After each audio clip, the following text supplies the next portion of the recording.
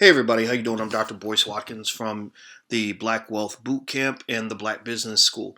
I wanted to draw to your attention an article that was written by a young lady named Monica Leftwich. She was writing for the Huffington Post, and she wrote a great article, and she called it "Why I Simply Don't Give a Damn About My 100,000 in Student Loans." And so she writes the article. It's written really funny. She cusses more than I do. Shit, I mean, I thought I was bad. But anyway, I'm going to kind of read a little bit of what she said, and then I'm going to kind of talk about this a little bit. I have some experience with with all of this. I mean, I'm a finance professor. I taught finance for 20 years, so I kind of want to talk about this because I think that this is a great kind of learning teaching point. If you want to know more, this is the kind of thing we do discuss in the Black Wealth Boot Camp, which costs a hell of a lot less than what you would spend on a college class. The difference is it's better than a college class. You don't believe me? Go look at the reviews. We have money back guarantees. Our students love the class because education should not cost you $100,000. Education from good professors should not only be low cost, but it should also be high quality. And especially for a person of color should get education from another person of color, not in every single situation, but I really think that a black professor who's gone through black people's stuff understands what black people need to know and how to best prepare for life as a black person. Because here's a reality about life as a black person is that you don't get the same opportunities that white people get.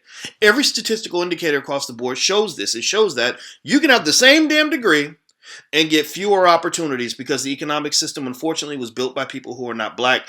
People who are black tend to get put at the back of the bus. So you borrow all this money to get into this economic system that was not built for you, or built by you, or built by people who care about you, and you end up kind of struggling economically as a result of that. So I'm gonna read a little bit of her article, and I think it's funny. She says she was a single mom. She says, I felt really good about finishing up that graduate degree, bragging to all my families and friends, having big hopes and dreams of a great job, playtime at the parks with my two girls, and going out to dinner once a week. She says that is until Uncle Sam knocked on my door wanting his money back. Between my bachelor's in communications and what eventually became 2 master's degrees, I was up Schitt's Creek in debt with student loans at a heart attack amount of over $109,000. She said she wanted to do the Fred Sanford invitation. Elizabeth, I'm coming to join you, honey, because she was feeling so much pressure from all this debt.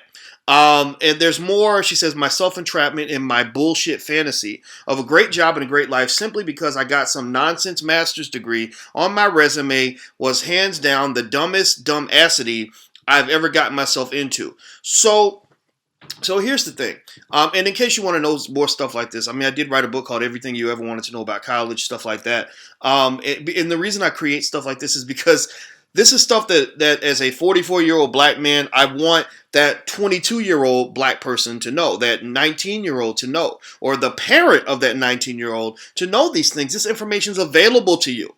We live in the age of the internet, which means that your biggest, best professors and the grade is usually just a couple of clicks away on the computer. There's no excuse to go through life not knowing what's going to happen next because you got people like me who will tell you. I don't know what everybody else is telling you, but I will tell you. I try to do brain dumps so other black people can benefit from the mistakes I made and the things I learned by being in this system for a long time.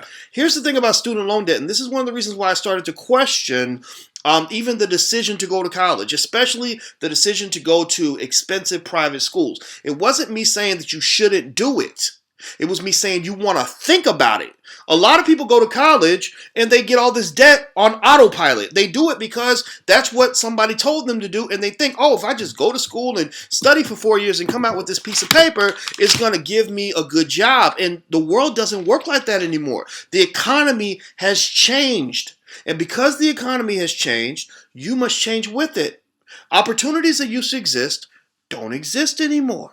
But if you know how the game works, if you know how the landscape has evolved, you will see that there are new and better opportunities out there that can allow you to get things done in a more efficient way. So here are a couple fundamental facts about what's happening with student loan debt. First of all, student loan debt, as she mentions in her article, which I agree, which I've read as well, is about $1.2 trillion. It's become the next big bubble in the economy because universities have jacked up their prices consistently over time. Why? Because education has become what we call in economics an inelastic commodity, meaning people will pay for it no matter what price they put on it. So you can have mediocre universities charging $30,000, $40,000 a year, and people will pay for it. Why do they pay for it?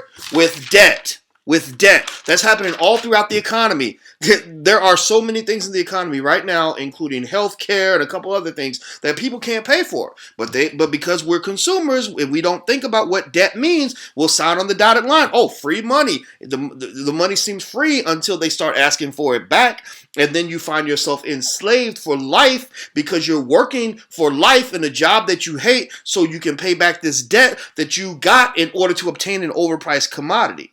Now imagine if you were thirsty and I said, here's some water, but the water will cost you $500. And you say, I'm really thirsty and I need the water, but I don't have $500. I say, that's okay. Here, you're going to have money next week. Here, just sign this student loan paper or sign this loan paper and take some debt so that you can get some water. So what have I done? I've sold you something that's not worth $500. But I've got you to sign an IOU for $500 because you had a need. You had what you perceived to be a need, and you went ahead and signed it. And now I own you. I own you. You're going to spend the rest of your life paying me back. I've made an investment, and I've created money where there was none. I've basically sold you an inflated a commodity at an inflated price. Which was almost like an imaginary arbitrary price, right? It became the arbitrary market price of this commodity, and you took on this debt in order to get what you needed or what you thought you needed at that moment, even though we live in a world where you don't have to get the water from me. You could actually have gotten the water in the other room, but maybe you didn't know that you can go in the other room because you're thinking of me as the water guy. So going back to the analogy with universities, here's the deal with universities. There are better ways to get an education, especially in specific fields.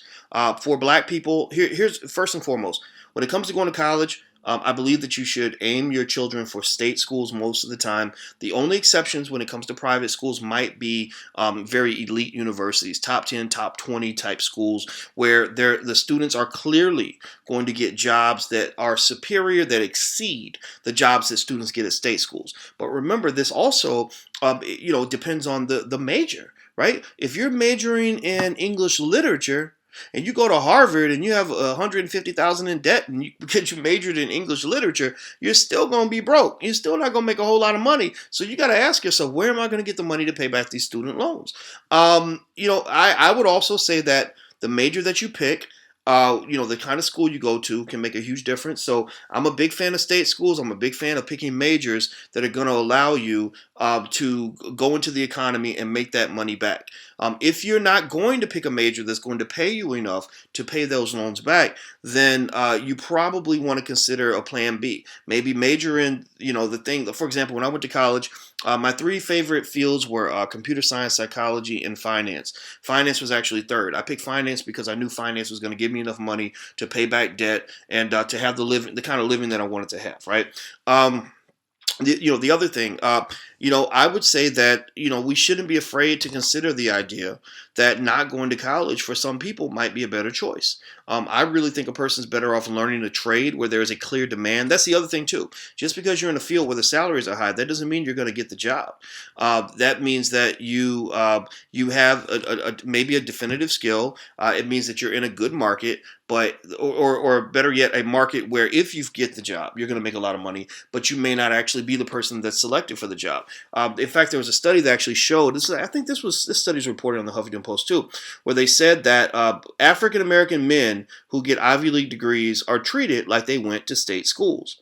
So what does that mean? Well, that means that when you go to that same school as the white boy and you get the same piece of paper that the white boy got, and you go into the same economic system as the white boy, which was designed by another white boy 50, 100 years ago, you're not going to get treated like the white boy. You're not going to have the same opportunities as the white boy.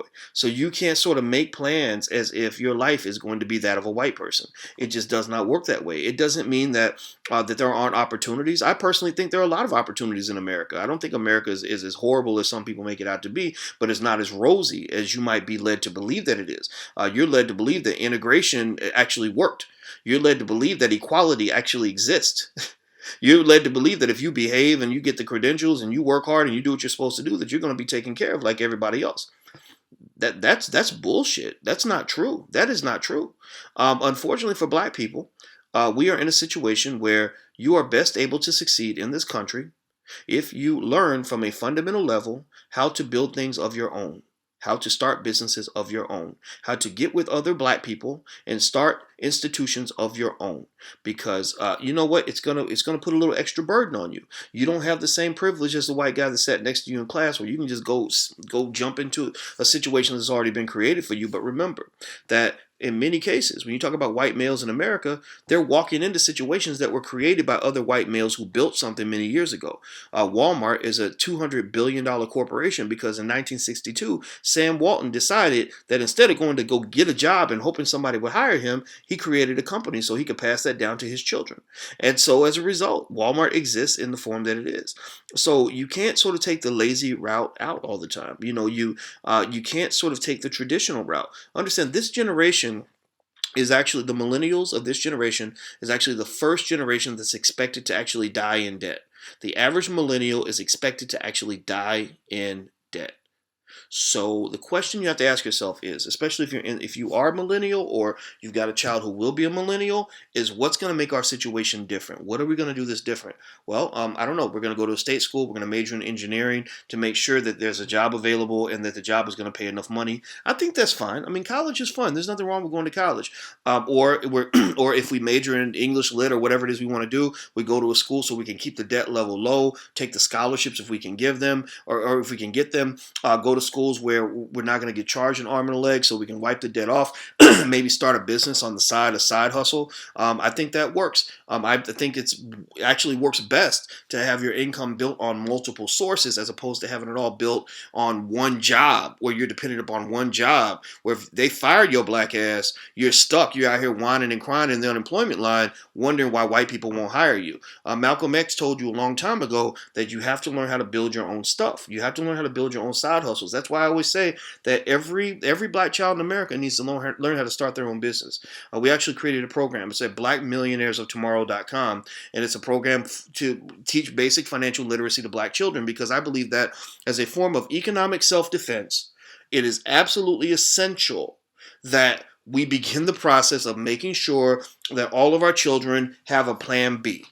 Because sometimes going into this economic system that is proven to be racist, all these data indicators say that if you're black, you're less likely to get the job. If your name's Shaquanda, you're less likely to get the job. All these other things. You can't, when you go into that economic system hoping that economic system's going to sustain you and take care of you, you're really a lot like a young brother in the hood who thinks he's going to make it to the NBA, and that is his only plan for success. You really can end up in that boat. So just understand, you ain't white. I mean, I hate to break that to you. I hate to tell you this, but just understand this. When it comes to this economy, black lives really don't matter. Ain't nobody going to take care of you but you. And you have to think outside the box. In fact, there's a university. I can't remember the name. I don't have it in front of me. I'm going to find the name of the university, but there's a university online where they give degrees in technology that take 2 years to get, and they're like less than $200 a month. And you can take those degrees and you can go work for big tech companies like Google and AOL and stuff like that. That's better than a college degree in many cases, and it only costs you a couple, $2,000 or $3,000, $4,000. The Black Wealth Boot Camp costs less than $300, and it gives you everything that you would get on a college campus. I taught on college campuses for 20 years. So I find it baffling when people will say, well, I don't know if I want to spend $300 on a class, but you just drop $80,000 going to a university and getting a degree that can't even get you a job. Do you understand how crazy that is? So think outside the box. Just understand your goal is economic survival. You're better off knowing how to create your own, even if you don't end up having to use that skill. You understand? It's almost like knowing how to cook. just in case, or actually knowing how to grow food and cook it, just in case the restaurants and the grocery stores shut down and don't let you in. You have to do that. You have to have a plan B in this economic system, or you end up like this poor sister here, sitting on $109,000 worth of debt and trying to make the best out of a horribly dysfunctional situation. You don't want to be in that situation. You don't want your kids to be in that situation. Train them and prepare them. First thing you should start doing today, in my opinion, go to theblackbusinessschool.com. That's where I teach. I have tons of black professors who have business experience who teach classes there that cost you just less than $100 a month. And look around. Take some classes there because we'll teach you how to build things. Learn how to be a builder. Don't just learn how to be a beggar. Don't just learn how to be a borrower. Because I'm telling you, the economy is headed south in a lot of different directions, in a lot of different ways. And if you don't know how to prepare, you're going to get hammered. It's going to be ugly. So that's all I really want to share with you. I got more in my mind, but I'm not going to keep talking because there's no point in continuing. I think you get my point. All right, I'm Dr. Boyce Watkins from the Black Business School and the Black Wealth Boot Camp. Please take care. God bless. I'm gone. Peace.